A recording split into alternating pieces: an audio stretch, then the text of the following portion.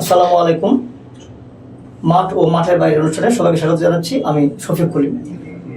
আমরা এই অনুষ্ঠানে আমন্ত্রণ জানাচ্ছি বাংলাদেশের স্পোর্টসের বিভিন্ন ইভেন্টের খেলোয়াড়দেরকে। আমাদের সাথে আজ আসেন জাতীয় ফুটবল দলের সাবেক খেলোয়াড় শেখ মোহাম্মদ আলমগীর কবির রানা। উনি সাতক্ষীরার ছেলে। এবছর মোহামেডান ক্লাবে থাকার জন্য আবারও গতকাল চুক্তি করে এসেছেন। আমরা শুরুতেই ওনার কিছু বিষয় জেনে নেই। বিকেএসপির সাবেক ছাত্রের স্বপ্ন বাংলাদেশের ফুটবলকে আরো দূর এগিয়ে নেওয়ার জন্য। আমরা শুরুতেই যাব তার সেই স্বপ্নের প্রথম ধাপে শ্যামনগর ফুটবল একাডেমি সম্পর্কে জানার জন্য। সবুজ বাংলা স্বাগত আপনাকে। আমরা শুরুতে আপনার কাছে কথা বলতে জানতে চাই যে আপনার শ্যামনগর ফুটবল একাডেমি সম্পর্কে এটা আসলে কিভাবে তৈরি হলো বা কার মাধ্যম দিয়ে কারা এটাকে শুরু করে নিয়ে আসলো এবং কিভাবে আপনি কিভাবে জড়ালেন এবং এটা কি আপনার স্বপ্নটা কি? Thank you. মূলত প্রথমেই হলো, যেহেতু আমি একজন ফুটবলার, আমার একটা নৈতিক দায়িত্ব বা আমার একটা মনের ইচ্ছা যে আমি শুধু আমার এলাকার একটা ন্যাশনাল প্লেয়ার হলাম বা আমি শুধু একাই যদি প্লেয়ার হয় সেটা তো হবে না। কিন্তু আমার ছোট থেকে একটা স্বপ্ন ছিল যে আমি খেলোয়াড়ের পাশাপাশি আমি একটা নিজের একটা একাডেমি করবো। এটা আমার স্বপ্ন ছিল, কারণ আমি জানি যে একটা প্লেয়ার তৈরি করতে গেলে কোন একটা মাধ্যম লাগে। আপনি যে সময় কোনো একটা একাডেমির প্লেয়ার হবেন ঢাকাতে বা বিকেএসপিতে বা শামসুল হক একাডেমিতে, যে সময় আপনি আসবেন, যদি শুনে সাতক্ষীরা শ্যামনগর ফুটবল একাডেমি, এটা কার? এটা হলো রানার। তো সেই সময় স্যারেরা একটা মূল্যায়ন করতো, কারণ জানি এখানে প্র্যাকটিস হয়, এখান থেকে প্লেয়ার অনেকে ন্যাশনাল পর্যায়ে বর্তমানে খেলতেছে। তো এই একাডেমিটা আসলে 2001 সালে প্রতিষ্ঠিত হয়।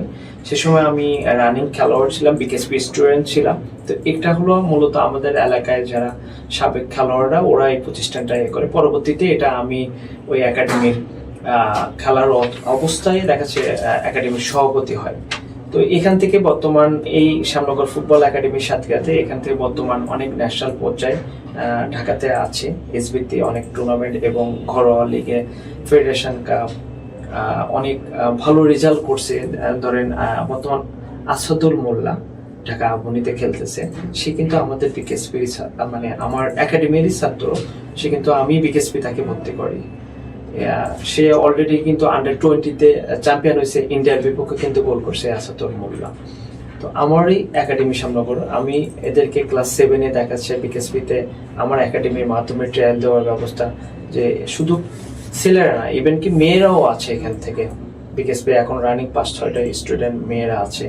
তারপরে রানিং শামসুল একাডেমির 4-5 জন আছে শ্যামনগর ফুটবল একাডেমি। আচ্ছা, আপনার যে একটা বিকেএসপির কথা প্রসঙ্গ আসলো, বিকেএসপি বিষয়ে আমি এটা যেটা জানি, আপনাদের একটা একাডেমি থেকে যখন বিকেএসপিতে ট্রায়ালে যায়, এটার মধ্যে খুব একটা মোটামুটি একটা বিশাল একটা বহর যায় এবং এটার মধ্যে খুব একটা অনেকটা বলা চলে পিকনিক টাইপেরই মতো হয়, যে গাড়ি দিয়ে যাওয়া, আপনারা স্কুল মাঠে ওই স্কুলে থাকা এবং সেখানে রান্না করে খাওয়া নিজেদের দিকে। আসলে আমরা এই বিষয়গুলো জানতে চাই। মূলত হলো আগে হলো ঢাকা বিকেএসপিতে জেরানিতে হলো ট্রায়াল নিত। সে সময় আমার আসলে অনেক স্টুডেন্ট, মানে 50 জন থেকে 40 জন একটা বাস ঠিক করতাম, বড় বাস। একদিন আগে যাওয়া লাগতো। ধরেন আজকে রাত্রে উঠবে, হয়তো পরের দিন ট্রায়ালে থাকে। তো তাদের খাওয়া দাওয়া আমরা, যেহেতু আমি খেলোয়াড় ছিলাম, আমার কোচ ছিল আক্তার হোসেন, উনি হলো কোচ, এবং আমার শ্যামনগর ফুটবল একাডেমির অফিসিয়ালরাও থাকতো। তো আমার তত্ত্বাবধানে আমার আদেশেই সবকিছু, কবে ট্রায়াল বা কবে কিভাবে আসতে হবে, এগুলো আমি তাদেরকে আগেই আমি ইনফরমেশন দিতাম। তো 40 জন আসতো, এর ভিতর মেয়েরাও থাকতো বিকেএসপিতে। তো দেখা যাচ্ছে আমরা এলাকা থেকে চাল, তারপরে ডাল, সবজি এইভাবে নিয়ে, আসলে ওই সময় বিকেএসপি থাকার কোনো ব্যবস্থা ছিল না। তো ওরা ওই বিকেএসপির আশপাশে কোনো স্কুল যদি থাকতো, ওখানে আমরা খুব রিকোয়েস্ট করে 1-2 রুমের ব্যবস্থা করতাম, করে ওখানে খাওয়া দাওয়া আয়োজন করে ওখানে রাত্রে থেকে পরের দিন সকাল 7টা-6টার ভিতর আমরা বিকেএসপিতে ঢুকে যেত। তো দেন তারপর মেডিকেল করে এইভাবে আসলে চলতো। এখন তো হলো খুলনা বিকেএসপিতে ট্রায়াল হয়। তো আমরা দেখাচ্ছে শ্যামনগর থেকে দিনে এসে আমরা ওখানে ট্রায়াল দিয়ে, হয়তো দুপুরে খাবার বাইরে আয়োজন করে, যে প্লেয়াররা প্র্যাকটিস করে মানে ট্রায়াল দিয়ে দেন হলো বাইরে এসে খাওয়া দাওয়া করে দেন হলো মানে মহল্লায় বা এলাকায় শ্যামনগরে চলে আসে। আচ্ছা, আপনারা যখন যাইতেন যে রান্না বান্না করতেন নিজেদের নিজেদের আয়োজন, আপনি কি সাথে কি বাবুর্চির সাথে নিজেরা নিয়ে যেতেন না, নিজে অবশ্যই নিয়ে যেতাম নাকি বাবুর্চি। মানে নিজেরা মানে কি নিজেদের মধ্যে থেকে কেউ রান্না বান্না? অনেক সময় দেখা যাচ্ছে সব ক্ষেত্রে অনেক সময় বাবুর্চি হতো, অনেক সময় নিজেরাই রান্না করতো, ম্যাক্সিমাম দেখা যাচ্ছে বাবুর্চি নিয়ে যেতাম। পরিচিত মানুষ থাকতো, তাকে দেখা যাচ্ছে বাচ্চাদের যেহেতু এলাকার একটা টিম যাচ্ছে, যে ওখানে যেতে পারবে, ওদের পাশে হেল্প করতে পারবে, এটাই সেটা খুশি হতো অনেকে। কিন্তু এইটাতে দেখা গেল যে মানে খিচুড়ি খেয়ে খেলাধুলা করা অনেক সময় তো এটার মধ্যে একটা মানে ফুড পয়জনিং বা কোনো শারীরিক সমস্যা হয়ে যাওয়ার একটা ঝুঁকি থাকতো না, এটা কি আপনারা কি কখনো মানে এই ধরনের মানে এটা কি কোনো করছিলেন? হ্যাঁ, এটা আসলে বিষয়টা হলো মানে কিছু সময় আছে দেখা যাচ্ছে সকালে খিচুড়ি খাইছে, দেখা যাচ্ছে দুপুরে আবার সাদা ভাত, একটু মাছ বা ডিমের ব্যবস্থা করা হয়েছে। কারণ বিষয়টা হলো অনেক ব্যয়বহুল বিষয়, কারণ পুরোটা দেখা যাচ্ছে আমাকে দিতে হতো টাকা। তো সবকিছু 40 জন একটা খাবার আয়োজন করা কিন্তু অনেক ব্যয়বহুল বিষয়। তো সবকিছু নিয়ে ওরা ওইভাবে এনজয় করতো, ম্যানেজ করে নিত। কারণ ওরা ভাবতো যে এগুলো সবকিছু ভায়া করতেছে, ভায়ার পরে অনেক প্রেশার পড়তেছে, ওরা ওইভাবে নিয়ে এনজয় করে দেখা যাচ্ছে ট্রায়ালটা দিত। তো দেখা যাচ্ছে আমার বিকেএসপিতে যে সময় ট্রায়ালে যেত, তো স্যারেরা সে সময় যদি 50 জন ট্রায়াল দিত, তো অন্তত 20 জন ক্যাম্পে থাকতো, কারণ এত প্রতিভার এত ট্যালেন্ট ছিল। আর BKSP Shipu sir, Amal sir, Rafiq sir, বা আমি তো এক্স বিকেএসপি স্টুডেন্ট ছিলাম, তো মনে করতো যে রানার স্টুডেন্টরা একটু কোয়ালিটিফুল থাকবে, কারণ রেগুলার প্র্যাকটিস হয়। তো সেই জায়গাটা থেকে বিকেএসপির যে ক্যাম্পগুলো হয় 1 সপ্তাহের জন্য 7 দিনে, ওখানে দেখা যাচ্ছে 15 জন 10 জন সারা বাংলাদেশ থেকে যেটা না হতো, আমার শ্যামনগর ফুটবল একাডেমি থেকে চান্স পেত।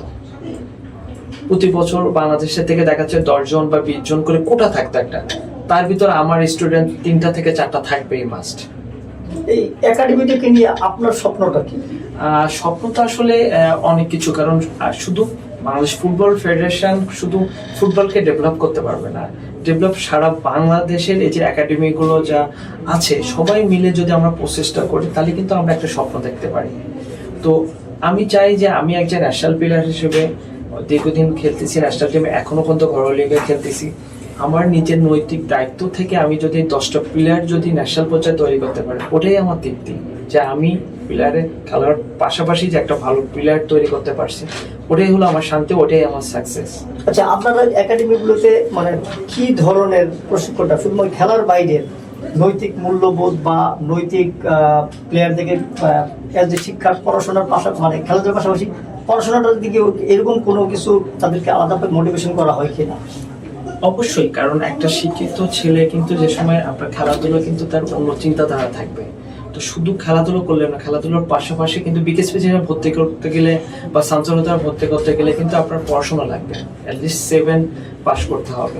তো 7-এর পরে নেই, যদি আপনি পড়াশোনা না করেন তাহলে তো আমি ওই প্লেয়ারকে আমি ভর্তি করতে পারবো না। আমাদের মেন লক্ষ্য থাকে যে আমরা বাচ্চাদের লক্ষ্য থাকে যে বিকেএসপিতে বা সান্তনতার একাডেমিতে বা পাইনিয়ার বিভিন্ন জায়গায় দেওয়ার জন্য।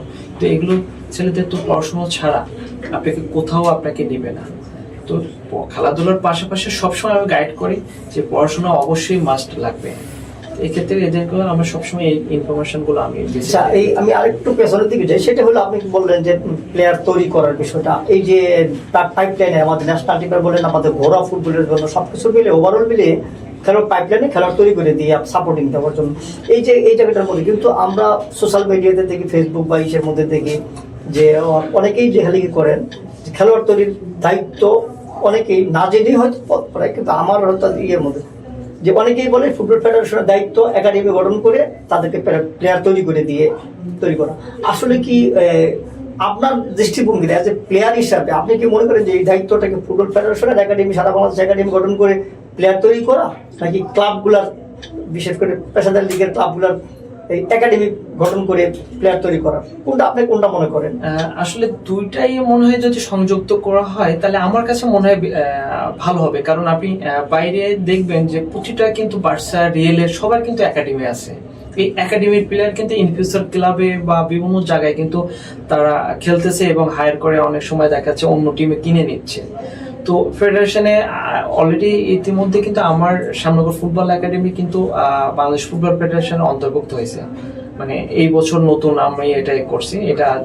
এটার জন্য আমি ফেডারেশন, বাংলাদেশ ফুটবল ফেডারেশনকে ধন্যবাদ জানাই যে 280টার ভিতরে আমার একাডেমির অন্তর্ভুক্ত করছে।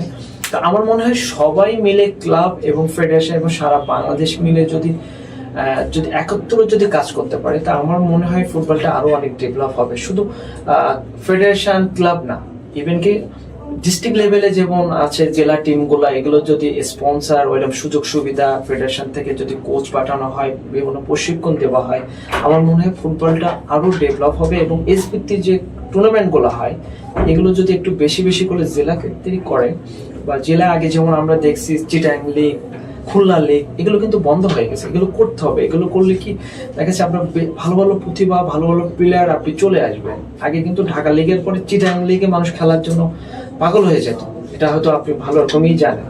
হ্যাঁ, এইটা কিন্তু বন্ধ হয়ে গেছে। খুলনা লিগ খেলার জন্য মানুষ পাগল হয়ে যেত, বরিশাল লিগ ছিল, এগুলো কিন্তু বন্ধ হয়ে যাচ্ছে। এগুলো ফেডারেশনকে উদ্যোগ নিতে হবে। এবং শুধু ফেডারেশন না, এবং ক্রীড়া মন্ত্রী যে নিয়ে আছে, এগুলো উদ্যোগ নিলে স্পন্সর বা ওইরকম প্রেশার ক্রিয়েট করতে হবে জেলা পর্যায়ে বা ডিস্ট্রিক্ট লেভেলে, এগুলো করতে হবে। বা বিভিন্ন বড় বড় স্পন্সর এগুলো যদি নজর দেয়, আমার মনে হয় ফুটবলটা আরো অনেক ডেভেলপ হবে। আচ্ছা, আমি আপনার ব্যক্তিগত প্রসঙ্গের মধ্যে 1 নম্বর একাডেমি সংশ্লিষ্ট একটা প্রশ্ন একটা যদিও এটা আসলে একটা অন্যরকম শোনাবে, সেটা হলো অনেকের ধারণা ছিল যখন পতিত যে সরকার ছিল বা ওই সময় আপনাকে অনেক বেশি আপনার শ্যামনগর ফুটবল একাডেমিতে বিগত দিনগুলোতে আপনার দেখা যেত আপনি খুব বেশি অ্যাক্টিভ।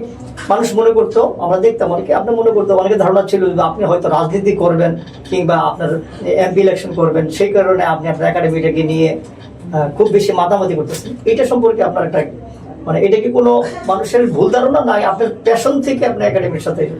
না, আমার মূলত প্যাশন থেকে, যে আমি একজন খেলোয়াড়, আমি যদি 10টা খেলোয়াড় তৈরি করতে পারি, ওইটা এর আগেই বলছি যে আমি সাকসেস। মূলত হলো কি, আমার এলাকাতে শ্যামনগর সাতক্ষীরা আমার জেলা বাসা, তো মানুষের ভালোবাসা আসলে আপনারা যারা দেখছেন বা যারা দেশবাসী জানে যে একটু অন্যরকম ভালোবাসা। কারণ সবচেয়ে বড় পরিচয় হলো আমি একজন ন্যাশনাল প্লেয়ার। আর সাতক্ষীরা জেলার ভিতরে সর্বপ্রথম আমি জাতীয় টিমে খেলছি, এখনো পর্যন্ত জাতীয় টিমে, আর দীর্ঘদিন ধরে ঘরোয়া লিগ খেলতেছি। এখনো মডার্নে সাইন করছি নেক্সট সিজন 25-26-এর জন্য। সেই জায়গাটা থেকে মানুষের ভালোবাসা, মানুষের অধিকার, একটা মানুষের আমার ভূতে আমি যাওয়ার পরে বা মানুষ আমার কাছে অনেক প্রশ্ন করতো যে এই জায়গাটা, যেহেতু এর আগে ইনফিউচার অনেক এক্স প্লেয়াররা বা সাবেক প্লেয়াররা এই ধরনের রাজনীতি বা যাচ্ছে, সেই জায়গাতে একটু চিন্তা করতাম যে পৃথিবীতে সবচেয়ে মানব সেবা হলো সবচেয়ে বড় সেবা। হয়তো নিরপেক্ষভাবে যদি একটু চেষ্টা করে দেখি যে মানুষের কিছু করা যায় কিনা, সেই জায়গাটা থেকে চিন্তা করতাম। বাট খেলার ক্ষেত্রে যে ওখানে যে রাজনীতি যে যাবো বা পপুলার হবো, এটা নিয়ে মন করতে না। তো চিন্তাধারা করছিলাম যে এরকম একটা যে মানুষকে সেবা করতে পারবো, মানুষকে পাশে দাঁড়াতে পারবো, অসহায় গরিব মানুষ, এটা নিয়ে চিন্তা ছিল। আসলে জানি না ভাগ্য কি রাখছে। আচ্ছা, আপনি ফুটবলের ঢাকা সর্বোচ্চ টপ ফুটবল শুরু করছেন আপনি হলো মোহরান দিয়ে, এবং যতটুকু জানি, এবং আপনার আপনি আগামী বছর রিটায়ারমেন্ট, এই সম্ভবত আপনার শেষ সিজন হইতে পারে ঘরোয়া ফুটবল, আমরা জানি না, কিন্তু আপনার বয়স এবং আপনার শারীরিক অবকাঠামো কিন্তু আপনাকে বলে না যে আপনি এখনই শেষ হয়ে যাওয়ার মতো প্লেয়ার। যদিও আপনি লম্বা সময় একটা পাড়ি দিয়েছেন, যে মোহামেডানের শুরু এবং মোহামেডানের শেষ, মাঝখানে দীর্ঘ একটা টার্ন, মোহামেডানের আশা, এই সময়টা আপনার ওই সময়ের যে পাটাচাকুরি থেকে আপনি মোহামেডান ক্লাবে জয়েন করছেন, এটা খুব একটা কি বলে, এটা বিব্রতকর অভিজ্ঞতাই আপনার জন্য। ট্রান্সফার নিয়ে একটু প্রবলেম ছিল প্রথমে আপনার, এবং আপনি নিজের টাকা দিয়ে 20,000 টাকা দিয়ে ট্রান্সফার ফি দিয়ে আপনি মোহামেডান ক্লাব জয়েন করছেন। আমরা আসলে ওই গল্পটা শুনতে চাই যে পরিস্থিতিটা কিরকম ছিল। আচ্ছা, ওই সময় আসলে বাড্ডা চাকুরি নিয়ে তাকে জয়েন করছিলেন কিভাবে? ওই সময় হলো বাড্ডা, আমি আন্ডার-17 খেলে আসছিলাম। খেলার পরে ওই সময় কিছু ইয়ং প্লেয়ার নিয়েছিল, তো রক্সি ভাই আমাকে ওখানে দিছিল বাড্ডা। তো ওই সময় যে সময় আমি যাই, তো ওই সময় কোচ ছিল মারুফ ভাই। তো মারুফ ভাই, আমি আসলে জুনিয়র প্লেয়ার হিসেবে অনেক ভালো পারফরমেন্স করি এবং খুবই ভালো পারফরমেন্স করি, সেটা আসলে তার নজর কাড়ে। এবং তার বাড্ডাতে কোচিং করার পরে তার মোহামেডান অফার আসে। তো মোহামেডান অফার তিনি জয়েন করার পরে তিনি আমার সাথে কোনো ভাই যোগাযোগ করলো যে রানা মোহামেডান তোমাকে নিতে চাচ্ছে, বা আমার তুমি পছন্দ একটা প্লেয়ার, তোমার ফিউচার ভালো, তুমি দেখো। তা আমি বললাম, স্যার আমি তো বার্নিংস প্লেয়ার, আমার তো ক্লিয়ারেন্স দিবে না সে সময় বাড্ডাতে, তো তুমি দেখো, পার্সোনাল ভাবে কথা বলে দেখো। তো আমি তাদের সাথে অফিসিয়াল ভাবে কথা বলে অনেক টেকনিক্যাল অনেক রিকোয়েস্ট করি। তা ওরা আসলে ভীষণ ভালো, আপনি একটা ভালো টিমে খেলবেন, তারা কিন্তু টিমের স্বার্থ চিন্তা করবে ফার্স্ট, কিন্তু তার টিম, তারপরে কিন্তু আপনার ভালোবাসা। তো সেই জায়গাটা থেকে ওনাদের অনেক ভাই কনভিন্স করি, কিন্তু একদিন দুদিন বিকেসি থেকে এত দূর থেকে এসে ওনাদেরকে বলি, কিন্তু ওরা কোনো ভাই কনভিন্স হয় না। কারণ মূলত ওরা একটা ভালো প্লেয়ার চাইলে ওদের টিমের ক্ষতি হবে। কোনো ভাই ওরা বলো যে যেহেতু তোমাকে বার্নিং সে করতে কিছু টাকা লাগবে, তো আমি আসলে ওই সময় টাকাটা বিকেএসপি স্টুডেন্ট অনেক কিন্তু একটা ব্যয়বহুল বিষয়, তো যাক কোনো ভাই ম্যানেজ করে টাকাটা দিলাম, দিয়ে আসলে যেন ক্লাসটা নিছি আমার এখনো মনে পড়ে যে আমি চোখ দিয়ে পানি চলে আসছে, কারণ মানুষের স্বপ্ন থাকে মহামেডান আবাহনী খেলা, আর সেই সময় মহামেডান আবাহনী মানে মানুষের একটা স্বপ্ন, একটা প্লেয়ারের, আর ওই টিমে যাব এই বিকেএসপির স্টুডেন্ট হয়ে, মানে এটা আমার কাছে স্বপ্ন। এবং সেটা স্টার্টিং জীবনের ক্যারিয়ারের একদম প্রথম বিগ টিম, হ্যাঁ বিগ টিম, পেশাদার লিগ, পেশাদার মৌসুমে, মানে পেশাদার হাইস্ট লেভেলে ফুটবলটা শুরু হয়েছে আপনার স্বপ্নটা যাত্রায়। আর সবচেয়ে বড় কথা হলো এর অবদানটা, মানে আমার ওই চ্যানেলটা বা প্রতিভা হয়তো মারুফ ভাই, কোচ মারুফ ভাই এর ক্রেডিট তাকেই দেওয়া উচিত, কারণ সেই তো মূলত টিম করছিল, সে দেখছে যে হয়তো টিমের সাথে। তো আমি মূলত যে সময় নিয়ে এসে যে সময় ক্লাবে মারুফ ভাইকে ফোন দিলাম, তো বলে তুমি এখনই ক্লাবে চলে আসো। এসে আমি যখন সিনিয়র সেট আপ করলাম, তো করার পরে আমার কিছু টোকেন মানি দিছিল, তো এত টোকেন মানিটা মানে আমি যেটা ডিজার্ভ করি না তার চেয়ে বেশি মোহামেডান আমাকে দিছিল। কত টাকা ছিল সেটা, আর আপনার কত সাল আপনি মনে করতেছিলেন যে কয় টাকা দিবে? ওটা মানে আমি তো মনে করছি যেহেতু নতুন প্লেয়ার, আজকে আমি হয়তো লাখখানিক দেব, তো সেই হিসেবে আমাকে 5 লাখ টাকা দিয়েছিল। তো আমি টাকাটা পেয়ে আমি আসলে সত্যি কথা, মানে আমার ফ্যামিলি বা আমার সে সময় ফ্যামিলি অবস্থা অতটা মতো ফ্যামিলি একটা ছেলে, তো সেই জায়গাটা থেকে 5 লাখ টাকা মানে মনে করলাম যে আমার কাছে অনেক কিছু।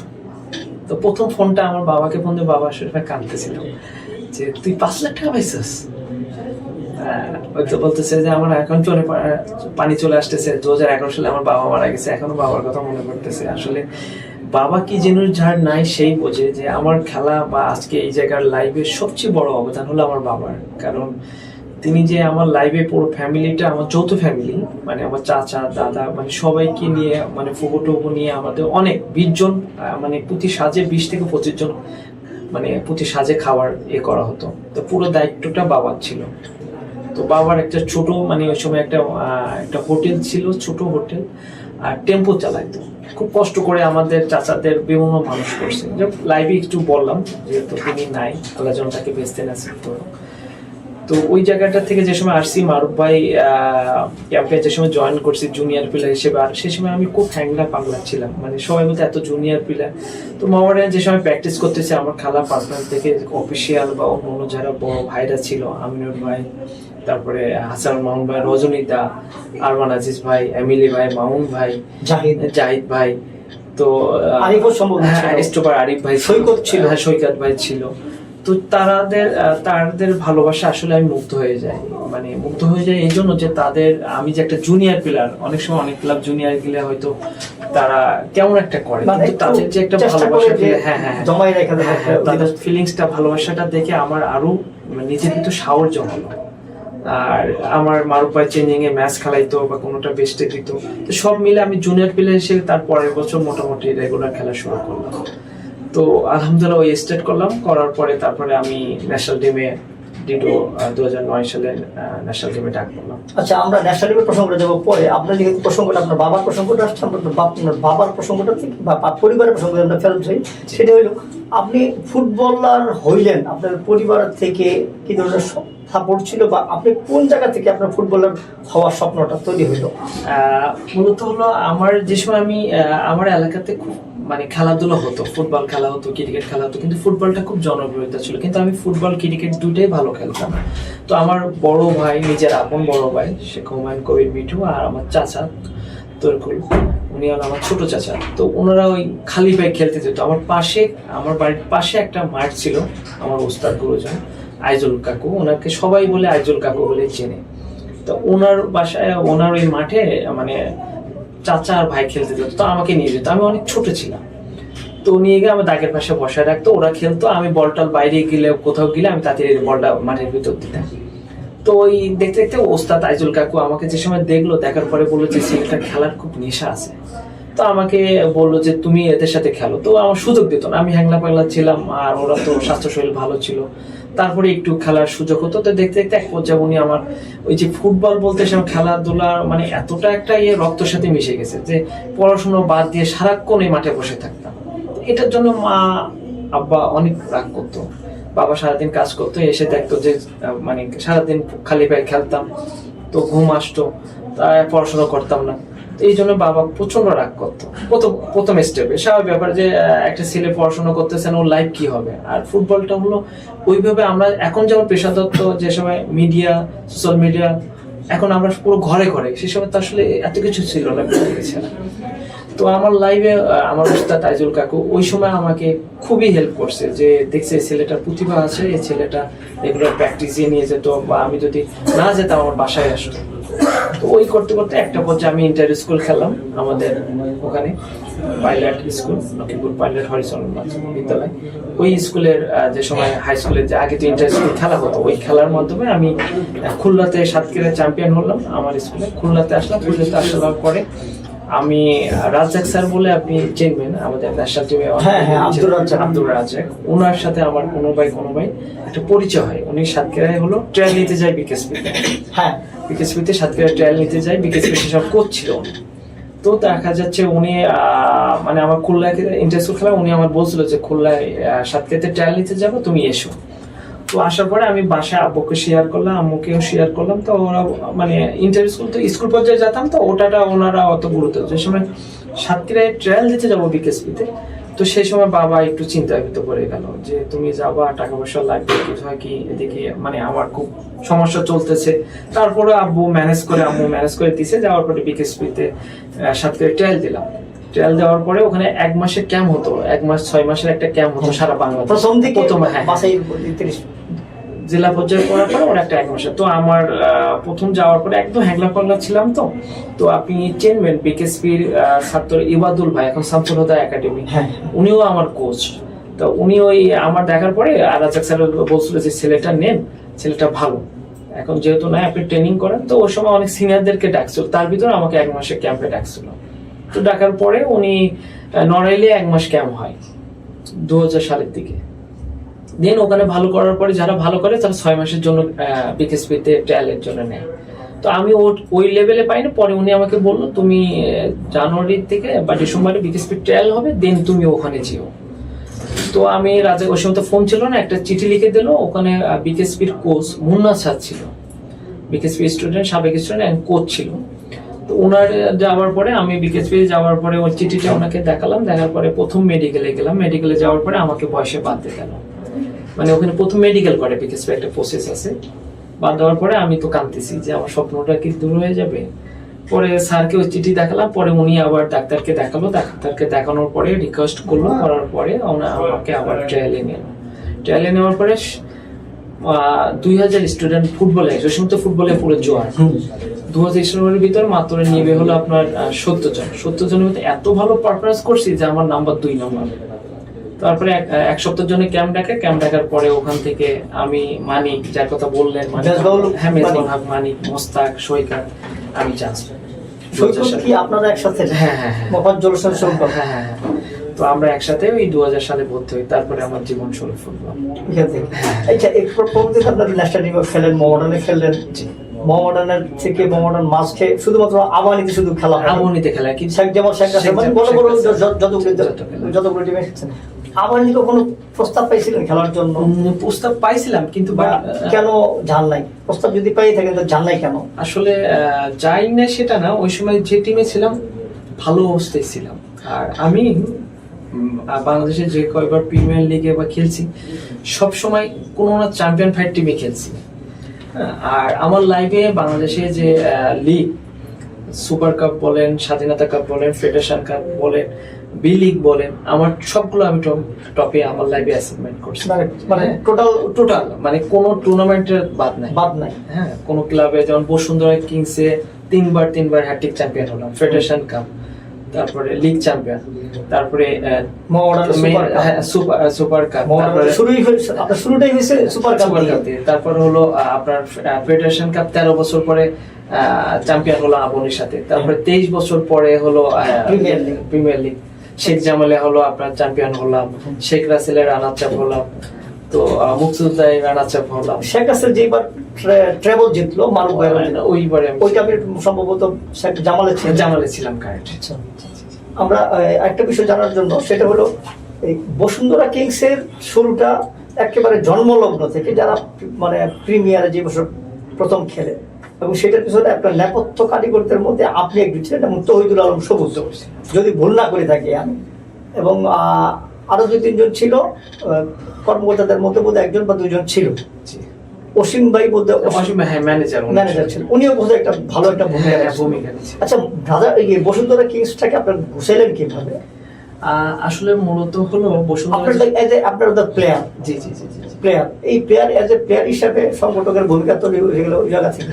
মানে এইটা আসলে আমাদের কিভাবে তৈরি হইলো কিভাবে? মানে যে সময় বসুন্ধরা টিম যে সময় করা হয় সে সময় হলো তৈদুল আলম সবুজ আমার বন্ধু, আর আমি, আর এখানে আরেকজন ছিল হলো ইমরুল স্যার, অসীম ভাই, মিরাজ বলে একজন অফিসিয়াল ছিল বিকেএসপি, ও ছিল।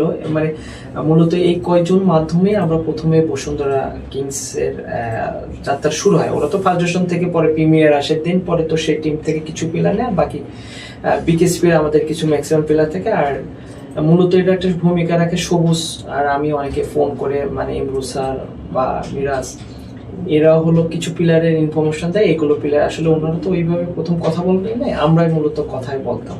বিশেষ করে সবাইকে ফোন করে ডেকে এনে কিভাবে কি টিম করা যায়। ওই সময় রেজা ছিল, মুস্তাক ছিল, রাকিব বলে একটা বিকেএসপি ছিল, ইমন ছিল, ইমন মাহমুদ ছিল, জনি ছিল, প্রথমে জনি ছিল, মতিনকে পরে নিয়ে আসলাম। তো এইভাবে মোটামুটি চিন্তা করছিলাম যে একটা বেস্ট টিম করা যায়, মানে চমক। ওই সময় আমার এখনো মনে পড়ে যে অনেকে ভাবছিল যে নতুন আসছে, হয়তো মনে হয় এই টিমটা হয়তো 1 বছর খেলে বা এ করে হয়তো চলে যাবে, অনেকে সাহস করে আসতে চায় না। আমি শুনছি এগুলো, শোনা প্লেয়ারদের, অনেকে যে সময় সুপারস্টার মামুন ভাই, মিলি ভাই, জাহিদ ভাই, যে এরা আসছে হয়তো 1 বছর খেলে হয়তো চলে যাবে বা এমন শুনছি। পরে যে সময় ওরা দেখছে যে এখানে না এসে ওরা অনেকগুলো ভুল করছে, হ্যাঁ, মানে আমি শুনছি বা শোনা কথা তাদের মুখ থেকে যে আসলে তোরা যেসব আমাদের ফোন দিচ্ছিস বা ডাকছিস, আমি যদি আসতাম তাহলে হয়তো আমাদের ক্যারিয়ারটা আর একটু সুন্দর হতো। আমরা হয়তো আর্থিক যেটা বলে ফুটবল যাই হোক, আমরা কিন্তু একটা দিন শেষে একটা প্রাইজের আশা বা আমাদের একটা ফ্যামিলি বা যাই হোক আমরা আর্থিক মানে টাকার কথা কিন্তু চিন্তা করি, এটা কিন্তু মানতে হবে, সবার পরিবার ফ্যামিলি আছে।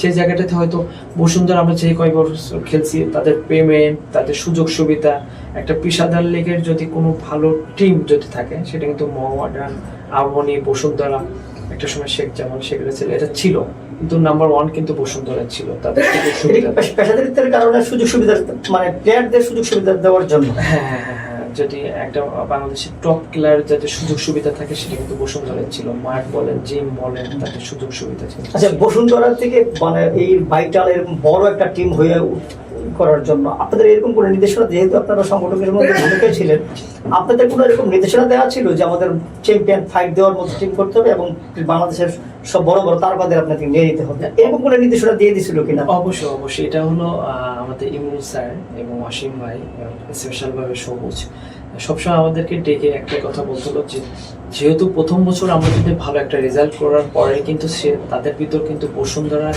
যে একটা ফুটবলের যে চেতনা বা একটা যে সারা বাংলাদেশের যে বসুন্ধরার টিম যে করা হয়, এটা কিন্তু একটা জজ ছড়িয়ে হয়ে গেছিল।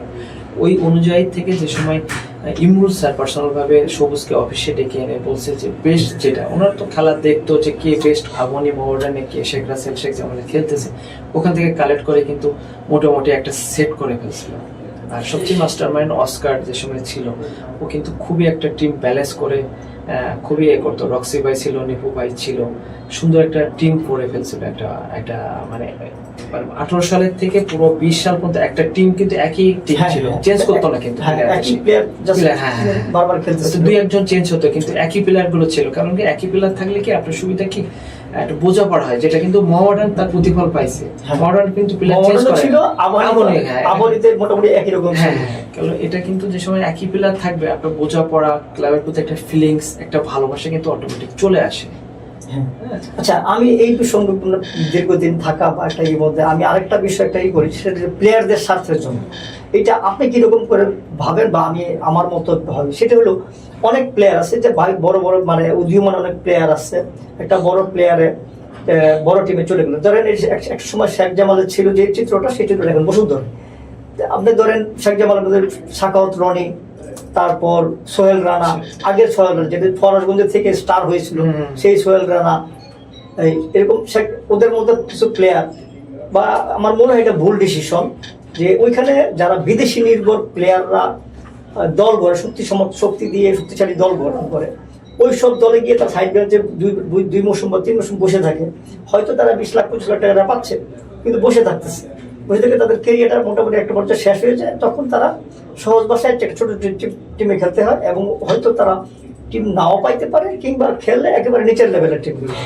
আপনি ফুটবলারদের যে এই ডিসিশনটা নেওয়া যে আমি টাকার পিছনে যাচ্ছি, আমি বড় টিমে যাচ্ছি, খেলতে পারি, তো তারপর পুরো মৌসুমে হয়তো ধরেন 10 মিনিট বা 15 মিনিট এইরকম গেম টাইমও পায়, এমন প্লেয়ারও কিন্তু আছে। এই প্লেয়ারদের এই ডিসিশনটা নেওয়াটা আপনাকে কিভাবে দেখেন, কিরকম দেখেন?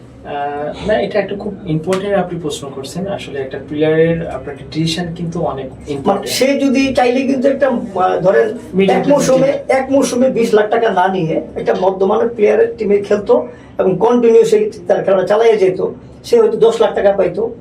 2 মৌসুমে হয়তো একটা বড় টিমে খেলেও 40 লাখ টাকা পাইতেছে, কিন্তু তার 3য় মৌসুমে তার নাই, একবার টিমেই নেই।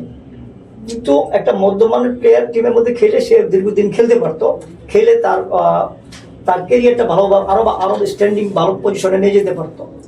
আমি এটা বুঝেছি আপনার দৃষ্টিভঙ্গিতে এইটা আসলে কি ধরনের ডিসিশনটা? ডিসিশন হলো কি, একটা প্লেয়ার আগে আমার চিন্তা করতে হবে যে আমার এই টিমে গেলে আমি খেলতে পারবো কিনা, বা আমার ইন ফিউচারের, কারণ আপনি হলো কি আপনার নিজেরটা, আপনার ডিসিশনটা নিজেই নিতে হবে। আপনি বলে দিলে কিন্তু হবে না।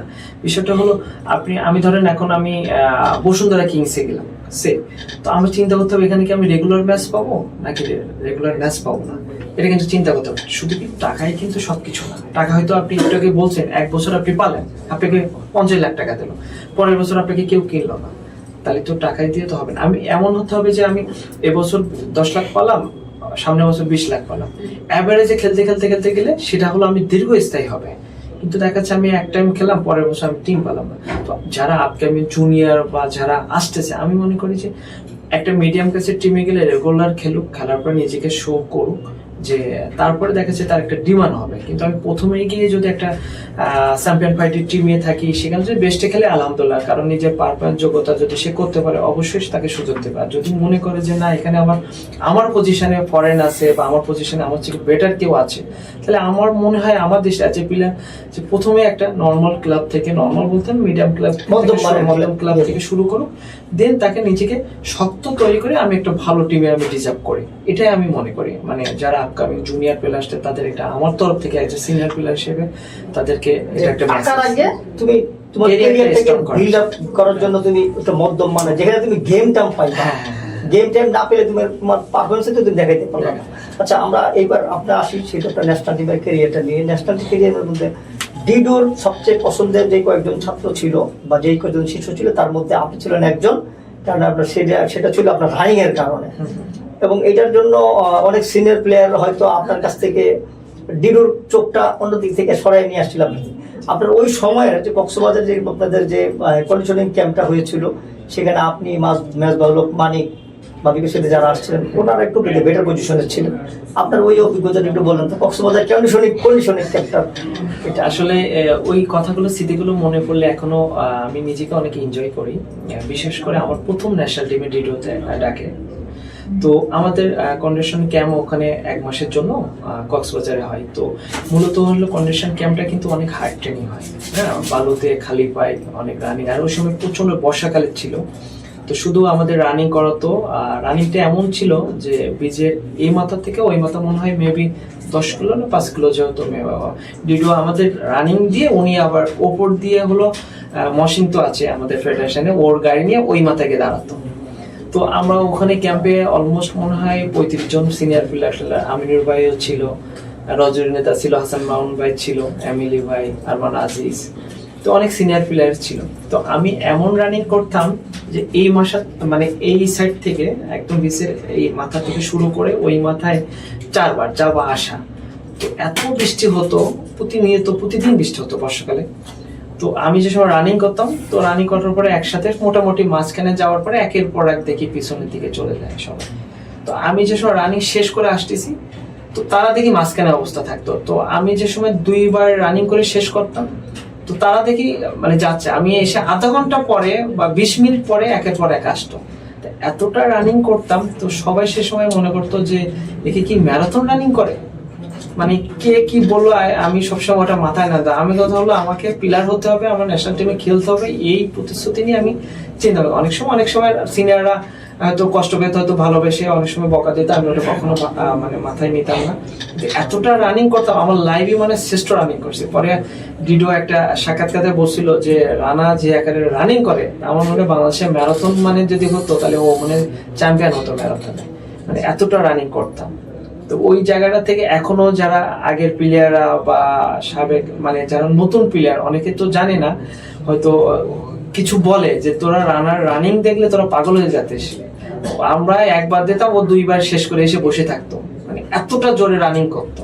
মানে ওই দিনগুলোর কথা আসলে। আচ্ছা, আপনি ন্যাশনাল টিমে যখন প্রথম ডাক পেয়েছিলেন, আপনার ফোন কার কাছ থেকে পেয়েছিলেন, এবং সেই মানে আপনি কি ভাবতে পারছিলেন যে আপনি এই ক্যাম্পে আপনি ডাক পাচ্ছেন, এবং আপনার তখন আপনার অনুভূতিটা কি ছিল? মানে আসলে কি, একটা প্লেয়ারের স্বপ্ন থাকে কিন্তু জাতীয় টিমে খেলা, আর একটা প্লেয়ার যে সময় জাতীয় টিমে যে সময় ডাক পায় বা ফেডারেশন থেকে যে সময় ফোন দেয়, আসলে মূলত ওই সময় ফেডারেশন থেকে সহকারী কোচ ছিল মানিক ভাই, শফিকুল ইসলাম মানিক ভাই। তো উনি আমাকে মূলত প্রথম মানে ফোন দিয়েছিল, বা ওই সময় তো আসলে ফোনের যুগ তো একটু কম ছিল, পেপার বা ক্লাবে মডার্নে ছিলাম ওই সময় ক্লাবে, বা আমাকে ফোন দিয়ে বললো এরকম তোমাকে স্কেটে রাখা হয়েছে দুটো ক্যাম্পে 35 জন 40 জন এরকম মনে একটা স্কোয়াড রাখা হয়েছে। আসলে যে সময় ফোনটা কাটার পরে যে সময় আমার বাবাকে মাকে ফোন দিলাম প্রথম, মানে আমি কি কাঁদবো, মানে ওনারা আমার থেকে বেশি কাঁদতেছে যে এতদিন ধরে কষ্ট করতেছি যে ন্যাশনাল টিমে খেলবো। আর সবচেয়ে বড় কথা হলো আমার বাবা পুরো ফুটবল ফ্যান ছিল, মানে কোনো পেপারের ছবি হোক বা কোনো একটা নিউজ হোক, মানে ওই পেপারটা প্রথম পেপারটা কিনে সমস্ত চার দোকানে বাজারে সমস্ত জায়গায় দেখাবে যে দেখো আমার ছেলে আজকে এই গোল করছে বা গোল করাইছে, এই পেপারের ছবি আসছে। মানে সে যে একটা কি মজা, মানে তার তো একটা রেস্টুরেন্ট ছিল, মানে তার মিষ্টি, মানে কোনো মানুষ আসলে মানে আমার ছেলে আজকে অমুক করছে, আমার ছেলেকে এই পেপারের ছবি আসছে, টিভিতে দেখছো, মানে তার সবসময় টিভি অন করে রাখতো খেলার সময়। তো ন্যাশনাল টিমটা মানে যে সময় কল পাইছি বা ফোন দিছি, মানে তাদের অনুভূতিরা সেই কথাটা এখন মনে পড়তেছে যে তারা মানে হাওয়া করে কাঁদতেছে। মানে আমার এখনো বাবার কথা সেই মনে পড়তেছে যে বাবা মানে উনি কাঁদতেছে, উনি আমার সান্ত্বনা দিবে তা না, উনি কাঁদতেছে যে মনে হচ্ছে যে তার ছেলের স্বপ্ন পূরণ। আপনার প্রথম বুট কিনে দিয়েছিল কে? বুট বলতে হলো দেখা যাচ্ছে মানে ওই সময় টাকার তো আসলে একটু সমস্যা ছিল, ছোট হাই স্কুলে পড়তাম, ইন্টার স্কুল খেলবো, তো মার কাছ থেকে দেখাচ্ছে বলে মা ওই সময় বাবার থেকে টাকা নিয়ে মানে খুব কষ্ট করে দেখাচ্ছে। মা ওই সময় আমাদের তো অনেক মানে মুরগি ছিল, জানেন গ্রামে তো মুরগির ডিম, তারপর গরুর দুধ, মানে এগুলো দেখাচ্ছে অনেক সময় মহল্লায় আমাদের তো গরুর ফার্ম ছিল, ওই দুধের টাকা দিয়ে কিছু টাকা দেখাচ্ছে বাবা ওই সময় তো একটা বুট কিনতে 500 টাকা, ইসুফ ভাইয়ের বুট, হ্যাঁ ইসুফ ভাইয়ের বুটটা বিক্রি হতো 500 টাকা, মানে অনেক টাকা ওই সময় আমাদের কাছে। বুট কি ঢাকায় কিনছেন? না ওখানে থেকে তো অনেক কষ্ট করে দেখাচ্ছে অনেক সময়, আর বুট এক জোড়া কিনলে দেখাচ্ছে 6 মাস 7 মাস সেলাই দিয়ে তালি দিয়ে খুব কষ্ট করে দেখাচ্ছে করা লাগে। এখন কত দামের বুট কিনেন? এখন তো মূলত বুট তো দেখাচ্ছে ফার্স্ট গ্রেড তো 28,000, তারপরে 25,000, 19,000, মানে এখন তো বুটের অনেক দাম। না আপনি যে সর্বশেষ যে বুটটা কিনছেন এই বুটের দামটা কত? তো 22-23,000 এরকম। 23,000। মানে প্রথম বুট কিনছিলেন 500 টাকা, মায়ের জমানো টাকা, সেই স্বপ্ন দিয়ে স্বপ্ন যাতে শুরু, আজকে আপনার 22,000 টাকা দামের বুট কেনেন।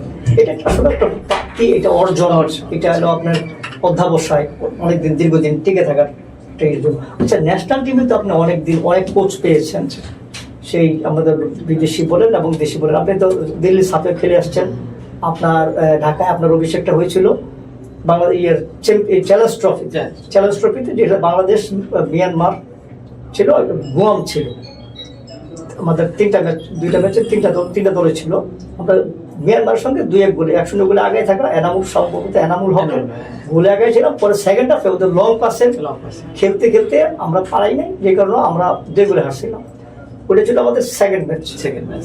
আপনার অভিষেক ম্যাচটা যে মাঠে নামলেন প্রথম, ওই অনুভূতিটা কেমন ছিল? আসলে ন্যাশনাল টিমের মানে অভিষেক ম্যাচটা কিন্তু একটা সবার কিন্তু একটা মানে কি বলবো, মানে ঘরের মধ্যে ছিলেন কিংবা মানে মানে ভালো লাগার জায়গাটা কোন জায়গাটা? বাংলাদেশের প্রথম যখন আপনাকে একাদশ ঘোষণা করলো, জি, জি, আপনি জি। মাঠে নামতেছেন, কোচ যখন বললো ডিডো, আসলে বিষয়টা হলো যে সময় মানে বাংলাদেশের জার্সিটা যে সময় দিছে, তারপরে মানে খালি তাকাই দেখছি যে নামে রানা অমুক জার্সি, মানে একটা অন্যরকম একটা ফিলিংস। তারপরে ড্রেসিং রুমে যে সাজানো জার্সিটা, মানে একটা অন্যরকম যে কখন মাঠে নামা। জানি জুনিয়র প্লেয়ার, তারপরে ডিডু কি সবসময় কি জুনিয়র প্লেয়ারদেরকে পছন্দ করতো, মানে পছন্দ বলতে হলে ওর কাছে একটা জিনিস কি ছিল, আসলে জুনিয়র না, এটা হলো মানে ফাইটার, লাইক দিস Just যারা যারা লড়াই করতে পারে, যাদের যে গরম মানে, রক্ত প্লান। তো যে সময় বেস্ট ইলেভেনটা করে, তো আমি মানে কিছুটা আর্টস করতে পারছিলাম যে সময় আপনি প্র্যাকটিসে কিন্তু বোঝা যায় যে প্লেয়ারটা খেলাবে বা ম্যাচে কিছু শো করে। তো সেই সময় থেকে আমি একটা চিন্তা করছিলাম যে আমি আমার সর্বোচ্চটা দেওয়ার চেষ্টা করবো, যেন এটাই আমার লাইফের টার্নিং পয়েন্ট, এটাই যেন আমার বলে দিবে যে আমার ফিউচার কি হবে।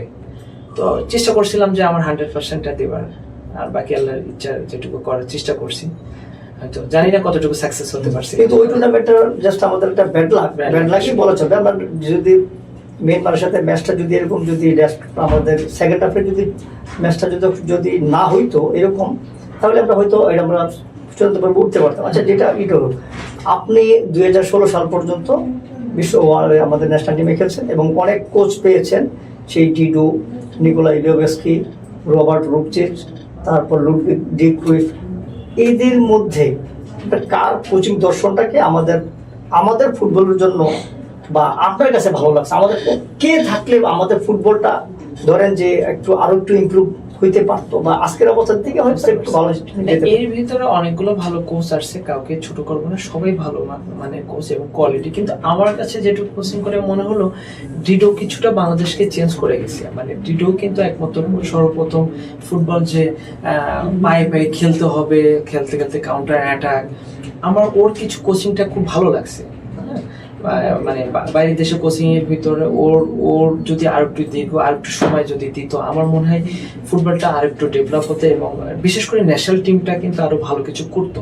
কারণ ওকে কিন্তু ওইভাবে সময় দেওয়া হয়নি, বা নাকি এটা আসলে আমাদের ইন্টারনাল ফুটবলের ইন্টারনাল রাজনীতির বলি হয়ে গেছে, যেটা অতীতে অনেক কোচ হয়েছে আমাদের এটা ইয়ের মধ্যে। কারণ আমাদের ডিসিপ্লিনারি কিছু বিষয় ছিল, যেটা ডিডো 6 জন প্লেয়ার সিনিয়র প্লেয়ারকে টিম থেকে ক্যাম্প থেকে বের করে দিয়েছিলেন। পরবর্তীতে 1-2 দিনের মধ্যে সেই চেঞ্জটা আবার, মানে এদের প্লেয়ার মানে ঠিক এই 11th আওয়ারের এই টিমটাকে চেঞ্জ করার জন্য আমাদের ইন্টারনাল কিছু রাজনীতি তৈরি হয়ে গেছিল, এবং দেখা গেছে যে কোচকেই বলি করা হয়ে গেছে এটা ইয়ের জন্য। আচ্ছা, আপনার লুডভিগ ডি ক্রুইফকে কেমন মনে হয়? কারণটা হইলো, আমি কেন বলতেছি লুডভিগ ডি ক্রুইফকে, কারণ লুডভিগ ডি ক্রুইফের অধীনে বাংলাদেশের ইতিহাসে প্রথম আমার জানা মতে 4-3-3 ফরমেশনে খেলা শুরু করে, অ্যাটাকিং ফুটবলে চলে আসছে। ফুটবলটা কিন্তু ওইখান থেকে একটু মানে উপভোগের একটা বিষয় চলে আসে। ওই সময়টাকে আপনি কিরকম উপভোগ করেন? ওর কিছু আপনি যেটা বললেন এটা একদম চিরন্তন সত্য, কারণ ওর খেলাটা অ্যাটাকিং মোড ছিল। আমরা কিন্তু কিছু কোচ ছিল ডিফেন্সিভ মোডে খেলে, কিন্তু আমরা যেই ডিফেন্সিভ মোড খেলি সে সময় কিন্তু অপোনেন্ট টিম কিন্তু আমাদের প্রেসার দেবে। আপনি যে সময় অ্যাটাকিং খেলবেন সে সময় কিন্তু ওরাও কিন্তু প্রেসারে থাকবে। আপনার যদি চিন্তাধারা থাকে আমি ডিফেন্সিভ খেলবো, তাহলে কিন্তু আপনার রেজাল্ট পাতে খুব খুব সো ডিফিকাল্ট। তো ও কিন্তু এটা চেঞ্জ করছিল আমাদের প্লেয়ারের বা আমাদের ফেডারেশনকে, বা বিশেষ করে প্লেয়ারদেরকে মন মানসিকতা চেঞ্জ করছিল যে হ্যাঁ তোমরা পারো, তোমরা চেষ্টা করলে পারবা না কেন। ওইটাই কিন্তু আমরা খেলতে খেলতে খেলতে এখন কিন্তু অটোমেটিক আমরা 4-3-তে চলে আসছি। কিন্তু আগে কিন্তু দেখা যাচ্ছে আমরা নামার আগে আমরা চিন্তা করতাম যে ডিফেন্সিভ খেলতে খেলতে অ্যাটাকে যাবো, কিন্তু আপনি দেখেন অলের ভিতরে এখন ম্যাক্সিমাম কিন্তু সব কিন্তু অ্যাটাকিং মোডে খেলে। হ্যাঁ, অ্যাটাকিং মোডে খেলে, অ্যাটাকিং খেললে কি ওই টিমও প্রেসারে থাকবে, আপনিও যে সময় মিস করতেছেন আবার এসে আপনি জায়গায় কভার করতেছেন আপনার জায়গায়। কিন্তু ডিফেন্সিভ মোডে থাকলে বারবার ডিফেন্সিভ থাকলে একটা সময় আপনি ফল করবেন, একটা সময় আপনি গোল খেয়ে যাবেন। আচ্ছা, আমরা আরো কিছু করব। আপনি একটা সময় ছিল যে আমাদের কিছু প্লেয়ার নৌবাহিনীতে সার্ভিসেস টিমগুলোতে প্লেয়ার নিয়ে গেছে, ভালো টিম করছেন, সে মামুনুল, সোহেল রানা, তবু বর্মন, রায়হান, ওদের মধ্যে প্লেয়ারদেরকে করা হয়েছিল। এটা হয়তো অনেকেই আপনারা কি বলে ভবিষ্যতের আর্থিক নিরাপত্তা নিশ্চিত করার জন্য ওরা জয়েন করছিল। ওই সময়টাতে আপনার তো একটা অফার ছিল, আপনি জয়েন করেন নাই কেন? না না, অফার ছিল মূলত হলো কি, আসলে ওই সময় আমি তো এমনি বিকেএসপির একটা স্টুডেন্ট ছিলাম, একটা বার্নিংস জীবনের লাইফ ছিল। তো চিন্তা করছিলাম যে একটা লাইফ তো পার করছি, একটু নিজে ফ্রিডমে খেলি, একটু স্বাধীনতা, কোনো বার্নিং ছাড়া খেলি। কিন্তু এই চিন্তা থেকে আসলে অনেকবার মামুন ভাই, আমিলি ভাই বা অন্য অন্য যারা ছিল ওনারা আমার বলছিল, তো আসলে চিন্তা করছিলাম যে একটু নিজেকে মানে স্বাধীনতা লাইফ খেলি, কারণ ওখানে গেলে কিন্তু সেই বিকেএসপি লাইফ, ওদের একটা কোনো রুলস থাকে, ওদের টুর্নামেন্ট খেলতে হয়, ওনাদের কিছু কাজকর্ম মানে থাকে। সেই জায়গাটা চিন্তা করছিলাম যে একটু নিজেকে ফ্রিডম রাখি, নিজেকে একটু স্বাধীনতা অনুভব করি, এটা মানে। কিন্তু এখন দেখলাম যে না, ওর লাইফটা ভালো, দেখা যাচ্ছে ইন ফিউচারে খেলাটা শেষ পরে চাকরিও থাকলো, তার সাথে সে খেলতে পারতেছে তাদের ডিপার্টমেন্টে। এটা হয়তো আমি ওই সময় যদি করতাম তাহলে হয়তো আমার ফিউচারের জন্য এখন অনেক প্লাস পয়েন্ট হতো, হয়তো ভাগ্যতালা হয়তো আল্লাহ রাখি নাই।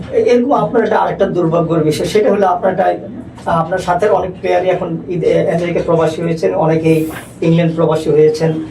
আপনার তো সুযোগ ছিল ইংল্যান্ডে, দুঃখিত, আমেরিকা যাওয়ার জন্য। এটা একটা খুব বাজে একটা সিচুয়েশন।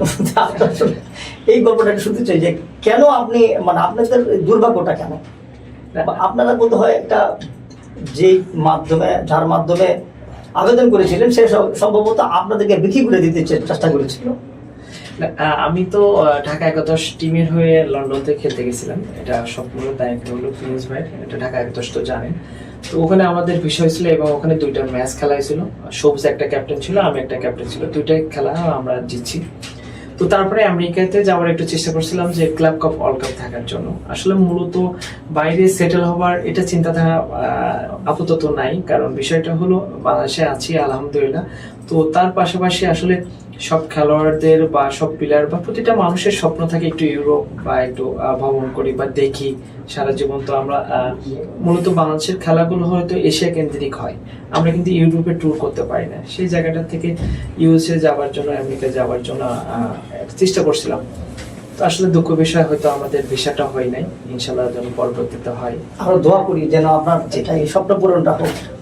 আমরা শেষ দিকে আসছি, সেই দিকে শেষ 2টা প্রশ্ন। একটা হলো এই ফুটবলের এই লম্বা সময়ে কোনো আক্ষেপ আছে কিনা, ফুটবল খেলতে গিয়ে কোনো অপূর্ণতা রয়ে গেছে? না, আক্ষেপ নাই, আমি আমার লাইফকে নিয়ে অনেক হ্যাপি, আমি আলহামদুলিল্লাহ। কারণ আমার লাইফে আমি একটা মানুষ কি যে সময় সাকসেস হয় তারপরে কিন্তু আর কিছু থাকে না। আমার লাইফে আমি যে টিমে গেছি কোনো না কোনো ট্রফি পাইছি, তো আমার তো পরিপূর্ণতা নাই। আমার লাইফে আমি আমার এই খেলার মাধ্যমে আজকে আমি সারা বাংলাদেশে, বিশেষ করে আমার জন্মভূমি শ্যামনগর সাতক্ষীরা থানায় মোটামুটি প্রতিটা মানুষ কিন্তু এই খেলার মাধ্যমে, আপনি ঘরে ঘরে আপনার একটা ডাক্তার ইঞ্জিন হবে, কয়জনকে চেনে? হয়তো হাতে কোনো 4-5 জন চেনে, কিন্তু আমার রানার আপনি সাতক্ষীরা বা শ্যামনগরে যাবেন, হয়তো নামটা বলবেন কিন্তু চিনবে। কেন? আমি একজন ফুটবলার। সবচেয়ে বড় কারণ হলো একটা প্লেয়ার হওয়ার একটা ভালো মানুষ হতে হবে, তারপরে একটা প্লেয়ার হতে হবে। এখানে তো আপনাদের সাতক্ষীরা তো সাবিনাও আছে, মাসুরা পারভিনও আছে, এরকম আরো কিছু প্লেয়ার আছে। ওদের সঙ্গে আপনার সাথে কোনো মানে যোগাযোগটা কিরকম, বা ওদের সাথে আপনাদের কোনো? না, ওদের সাথে অবশ্যই আমার ভালো সম্পর্ক, ওরা আমার ছোট বোন, কারণ ওরা ন্যাশনাল পর্যায়ে খেলতেছে এবং ওদের সাথে সাবিনার সাথে, মাসুরার সাথে, তো প্যান্তিক, সবার সাথে আমার যোগাযোগ হয়। সবাই আমার ফেসবুক ফ্রেন্ড, আমি কোথাও খেলতে গেলে উইশ করি ওদেরকে, মেসেজ দেয় সাবিনাকে বা প্যান্তিকে।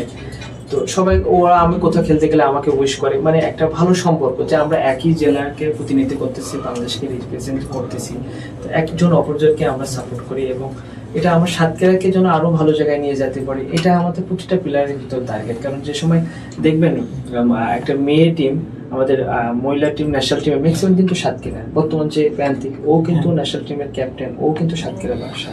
তো এটা তো আমাদের গর্ব করা উচিত। আচ্ছা, আপনার শ্যামনগর একাডেমিতে তো মহিলা ফুটবলের একটা শাখা করেছেন এবং আপনার 2জন প্লেয়ার, আপনার একাডেমির 2জন প্লেয়ার সর্বশেষ হকি টিমের ন্যাশনাল টিমে খেলে আসছে।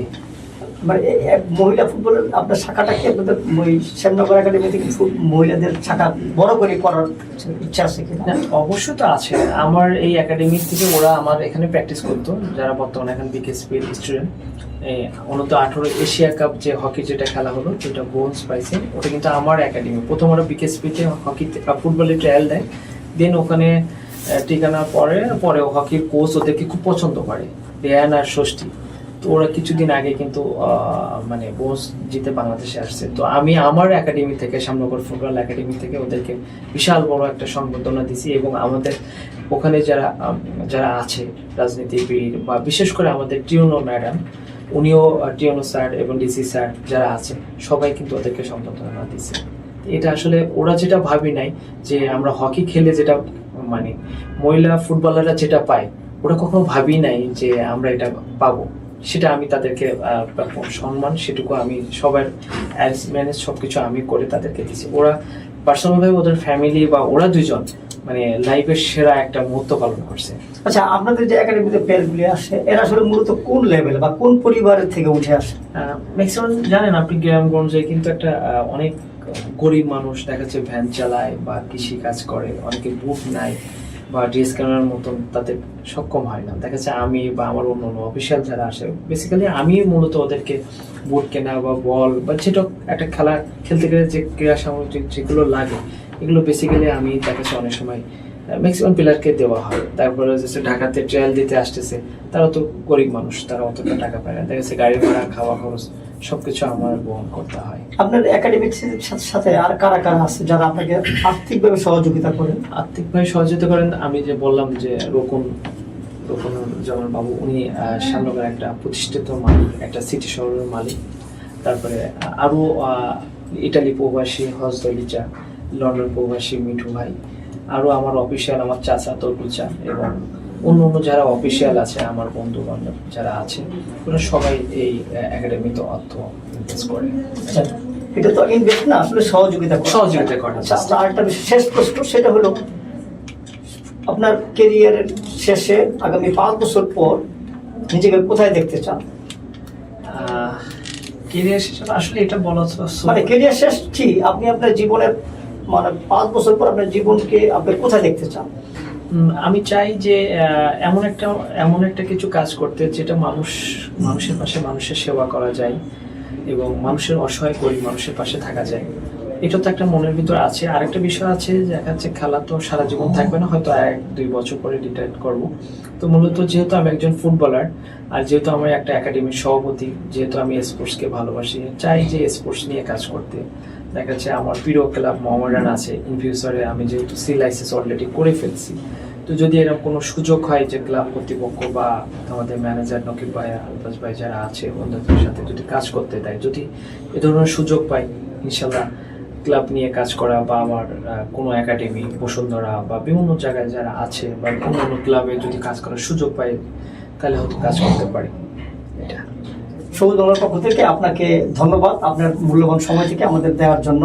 প্রিয় দর্শক, এই ছিল আমাদের মাঠ ও মাঠের বাইরের অনুষ্ঠানের আয়োজন। আমাদের সাথে এতক্ষণ ছিলেন জাতীয় ফুটবল দলের সাবেক ফুটবলার শেখ মোহাম্মদ আলমগীর কবির। উনি সাতক্ষীরার ছেলে এবং উনি নিজে একটি একাডেমির সাথে সম্পৃক্ত। এবছরও মোহামেডানে খেলবেন এবং মোহামেডান দিয়ে শুরু কেরিয়ারের এবং মোহামেডান দিয়ে শেষ করবেন, সেই প্রত্যাশায় উনি করছেন এবং একসময় মোহামেডানের সঙ্গে জড়িয়ে থাকার স্বপ্ন আছেন। আমরা আগামীতে ফিরবো নতুন কোনো অতিথি নিয়ে। ততক্ষণ ভালো থাকুন। সবাইকে শুভেচ্ছা। আসসালামু আলাইকুম।